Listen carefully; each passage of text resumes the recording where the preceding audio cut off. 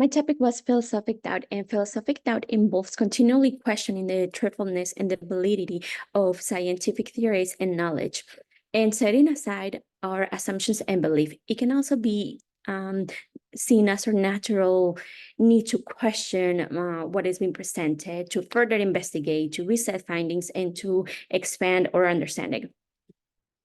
As a way that it can be used in ABA is assessing what reinforcement to use with clients.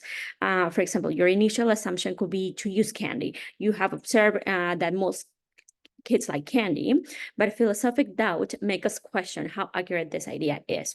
Following philosophic doubt, you start testing this assumption by doing a preference assessment where you call it accurate data to base your decision. And maybe like you find out that this client prefers bubbles over candy. A second example, it can be that like you created a great intervention plan for biting. It worked very well with a client. So now you want to use that same intervention plan for a different client with the same behavior. Your assumption is that if it worked on biting once, it should work for biting again. But philosophic doubt will make us question and be skeptical of our results.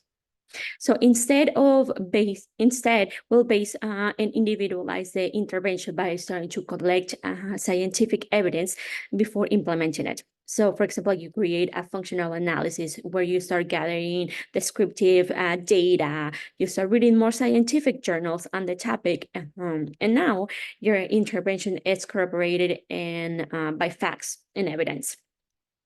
Another example, it can be, let's say that there's a brand new intervention that is focused on targeting communication skills. You wonder if this intervention can work on your bilingual client, both in that it's also working on communication. So you have the idea that, okay, so research says that this intervention works very well for communication, and that's a target behavior that you want to work on with your client.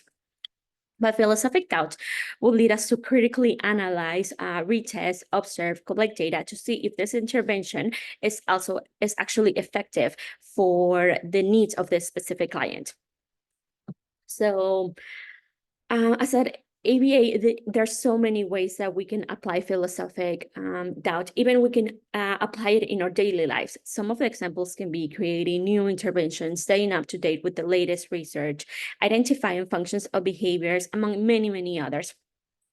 But to summarize, the purpose of philosophic doubt is to avoid bias or assumptions and instead rely everything on evidence, facts, and science.